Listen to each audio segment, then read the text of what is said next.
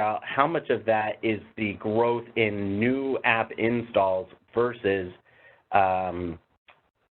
customers staying in hotels more.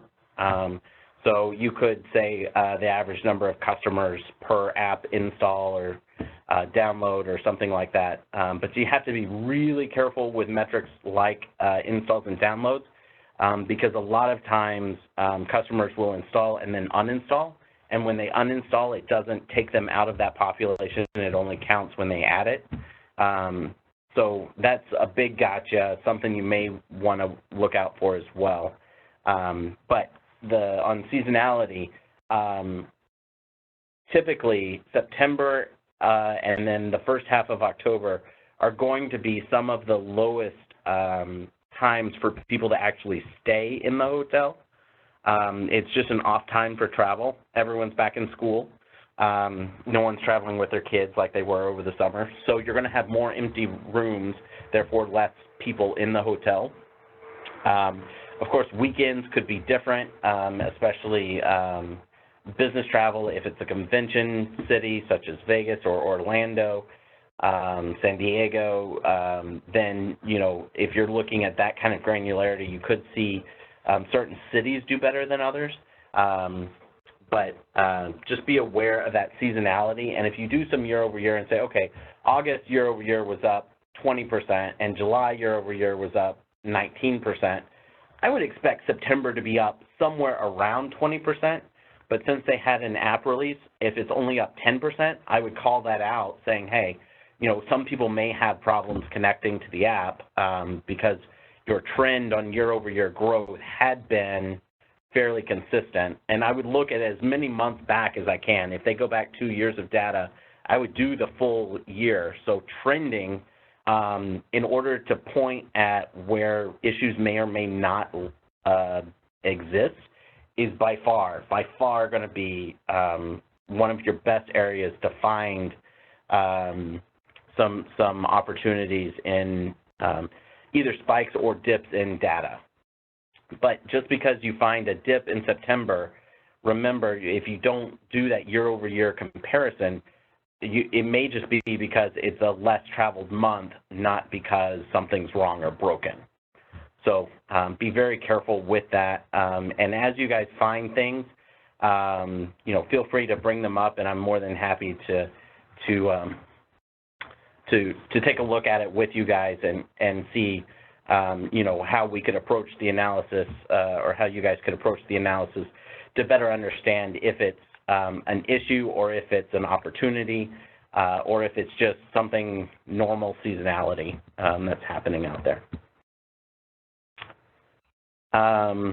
So trending definitely is a big one for you guys, a big opportunity.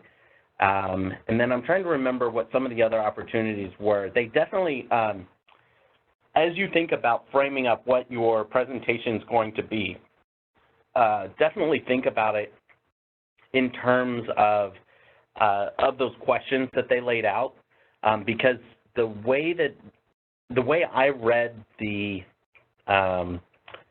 presentation from Starwood and the way they presented it, it sounds like they want you to basically be their analyst. And what I would want from my analyst is tell me what's broken, what's doing good, confirm with me that our conversion rate hasn't changed, or if it changed for the better, that it's statistically significant.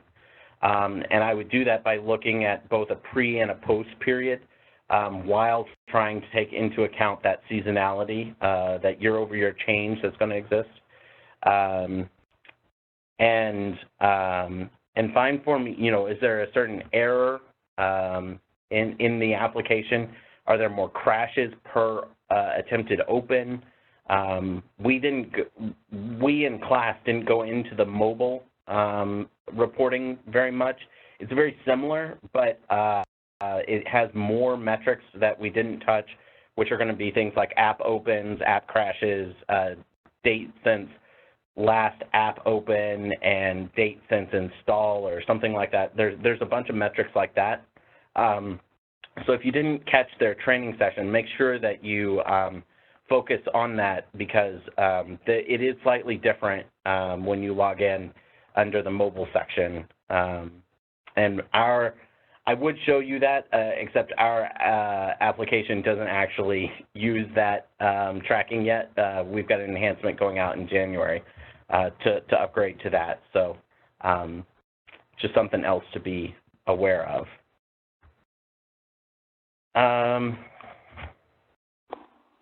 Let's see. I think those are the big points that I had in mind: the seasonality, the trending, making sure you use the segments properly. You're going to use a lot of segments. And remember, you can stack segments, meaning you could have a segment for Android, and then you could say, create a segment for country equals USA or country equals Mexico. And you could have two segments in one at the same time. And I don't remember if we covered that in class. That was a new feature that they implemented last year. So yeah, I think those are the big ones. What questions do you guys have? What didn't make sense out of the Starwood presentation around the project to you guys? Because it's very different. We talked about the reports. Go to this report, here's how you run this report. Go to this report, this is what this report means. We did a whole lot of that in the book and in class. And less than I wish we got to, which was think like an analyst, think about the KPIs, look at trending, create some of those custom metrics, which we did in class. You're definitely going to be wanting to think about what custom metrics you want to set up. And if you have problems with that, they can definitely the email to the, I forget his name, but the Adobe guy who did the 2-hour training.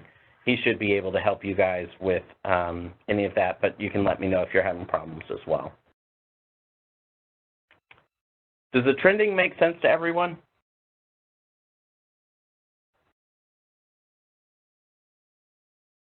And does anybody have any questions?